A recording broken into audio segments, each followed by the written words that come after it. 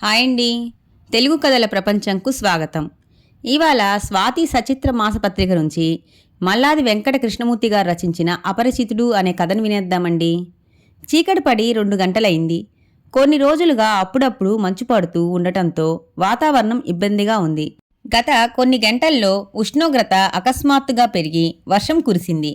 దాంతో ఆ కాటేజీ చుట్టూ ఉన్న చెట్ల కొమ్మల మీద మంచు కిందకి జారసాగింది. బ్రాడ్లీ తన కారింజన్ని గేటు ముందు ఆఫ్ చేశాడు. దిగి గేటు దగ్గరికి వెళ్తే లార్క్ కాటేజ్ అన్న బోర్డు కనిపించింది.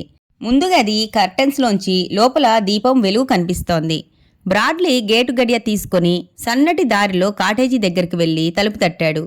లోపల అడుగుల శబ్దం వినిపించింది. కానీ అది తలుపు దగ్గరికి కాక మెట్లెక్కి వెళ్లే శబ్దం. కొద్దిసేపటికి పైన కిటికీ తలుపు తెరిచిన శబ్దం వినిపించింది.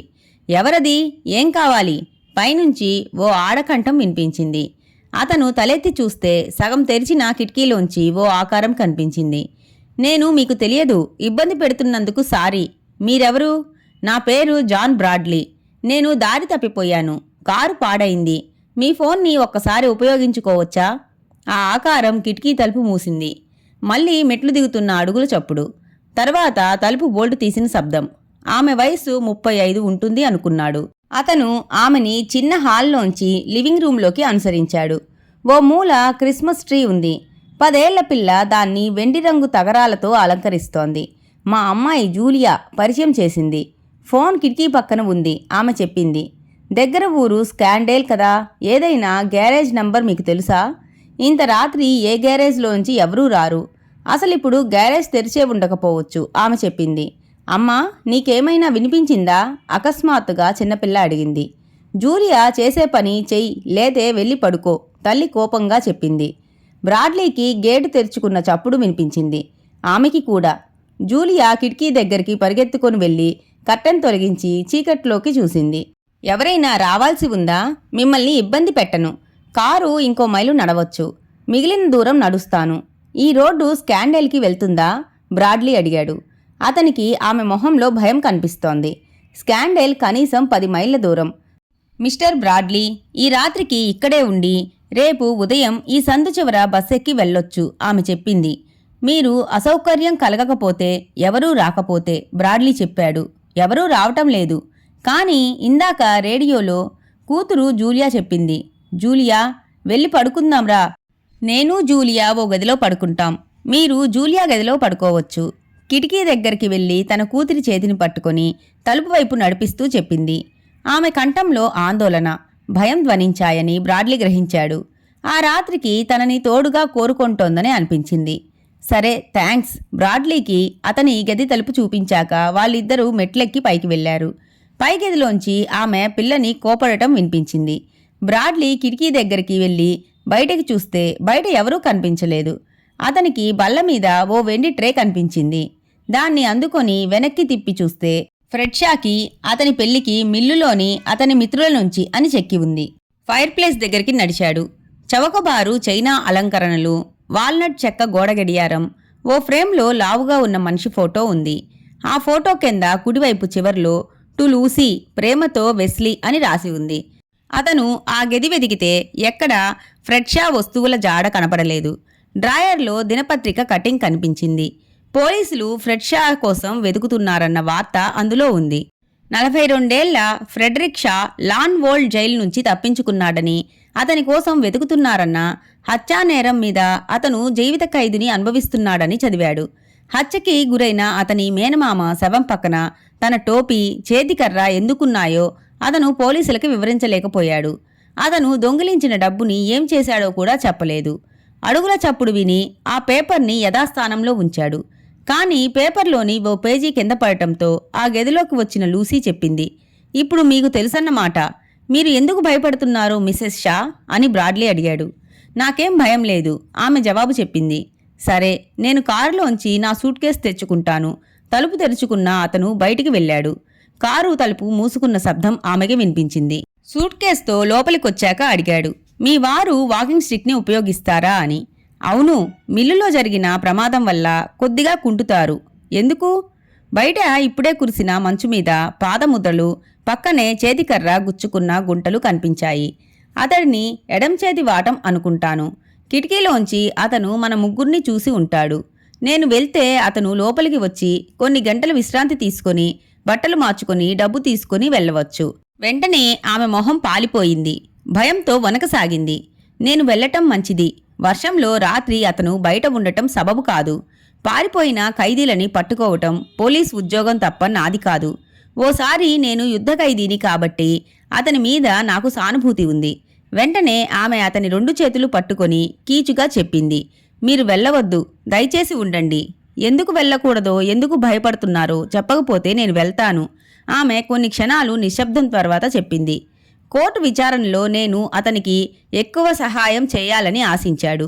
హత్యా సమయంలో అతను నాతో ఉన్నాడని సాక్ష్యం చెప్పమన్నాడు. లేదు కాబట్టి చెప్పలేదు. క్రిమినల్ కోర్టులో అబద్ధం ఆడటం నేరం కదా? అవును, కానీ మగాళ్ళు తను చెప్పిందల్లా చేయాలేదని ఆడవాళ్ళని చంపరు మిసెస్ షా. నిప్పు తగ్గిపోతోంది. కట్టెలు ఎక్కడున్నాయి? ఇంటి వెనుక షెడ్లో. నేను ఒంటరిగా తీసుకురాలేక ఆగాను. వెనక వంటగది తలుపు దగ్గరికి మీరొచ్చి చూపిస్తే నేను తెస్తాను. అతను వంటగది తలుపు తెరిచాక దూరంగా ఉన్న షెడ్ని చూపించింది. ఎక్కడో పైప్లోకి నీళ్లు వెళ్లే శబ్దం తప్ప ఇంకేమీ శబ్దం లేదు.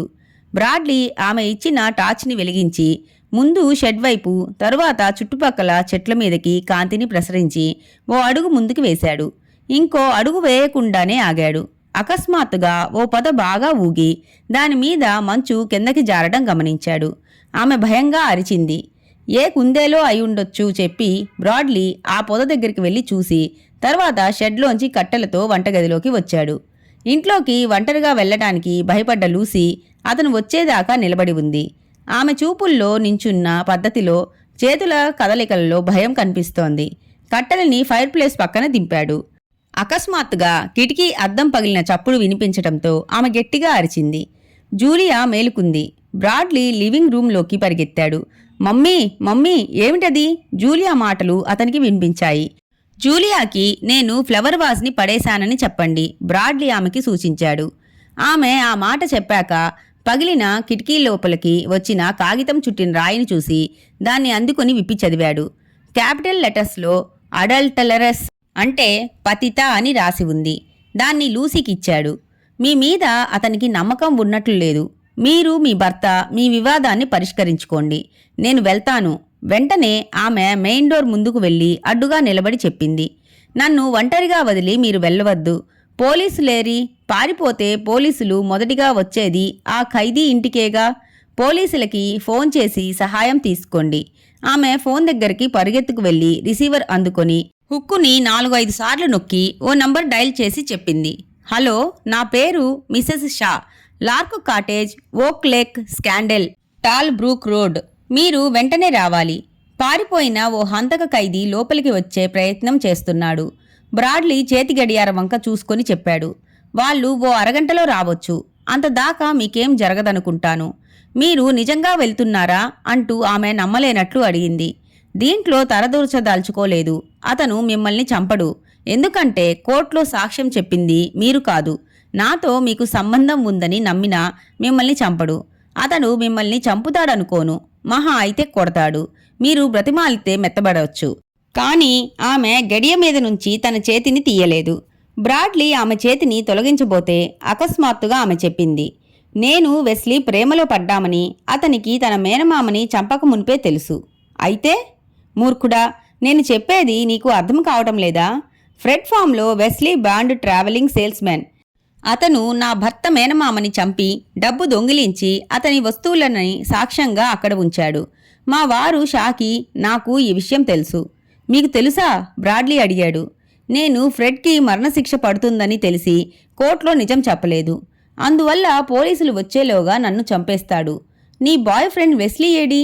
అతను కేసు పూర్తయ్యాక వస్తానని దేశం విడిచి వెళ్ళిపోయాడు అని చెప్పిందామె. వచ్చాడా? లేదు, నన్ను మోసం చేశాడు. ఆమె ఆవేశంతో గట్టిగా అరిచింది. వెస్లీ ఎక్కడున్నాడు? వెల్బోర్న్, ఆస్ట్రేలియా. పోలీసులు రాగానే వాళ్ళకి అతని గురించి చెప్తాను. చెప్తే మీరు హత్యలో సహదోషి అవుతారు. అవనీయండి. ఈ రాత్రి కానీ 20 సంవత్సరాల తర్వాత ఫ్రెడ్ విడుదలయ్యాక కానీ వెడ్లీ బ్రాండ్ని రక్షించడానికి నేను చావదలుచుకోలేదు. మీరు నిజంగా అలా చెప్పదలుచుకుంటే పోలీసులు ఇప్పటికే ఇక్కడున్నారు, బ్రాడ్లీ చెప్పాడు. ఎక్కడా? ఆమె చుట్టూ చూస్తూ అడిగింది. ఇక్కడ. బ్రాడ్లీ కోటు జేబులోంచి తన ఐడి చూపించి చెప్పాడు. నేను సూపరింటెండెంట్ బ్రాడ్లీ, స్కాట్లాండ్ యార్డ్. పగిలిన కిటికీ బయట సార్జెంట్ వుడ్ మీ సంభాషణని రికార్డ్ చేస్తున్నాడు. మీరు స్టేట్మెంట్ ఇస్తానంటే నా దగ్గర కాగితం కలం ఉన్నాయి. మీరు ఏదైనా చెప్పాలనుకోకపోతే చెప్పాల్సిన అవసరం లేదు. కానీ మీరు చెప్పేది లేక రాసి సంతకం చేసేది ఏదైనా మీకు వ్యతిరేకంగా సాక్ష్యంగా ఉపయోగిస్తాం. మీ భర్త 3 గంటల క్రితం జైలుకి 5 మైళ్ళలోపే పట్టుబడ్డాడు. ఆమె తెల్లబోతూ చూస్తుంటే బ్రాడ్లీ వివరించాడు. ఫ్రెడరిక్ షా పారిపోయాక అతని ఫైల్ చదివితే నాకు కొన్ని అనుమానాలు వచ్చాయి. దాంతో ఈ నాటకం ఆడాను. ఒకందుకు మీరు ఆనందపడాలి. జూలియా క్రిస్మస్ని తన తండ్రితో గడుపుతోంది. సార్జెంట్ వుడ్ని లోపలికి ఆహ్వానిద్దాం లేదా చలిలో గడ్డకట్టుకుపోతాడు. ఇంతటితో కథ సుఖాంతమంది. ఈ కథ గనక మీకు నచ్చినట్లయితే లైక్ చేసి, షేర్ చేసి, కామెంట్ చేసి మన ఛానల్కి సపోర్ట్ చేసేయండి ఫ్రెండ్స్. ఇక ఉంటానండి. By by.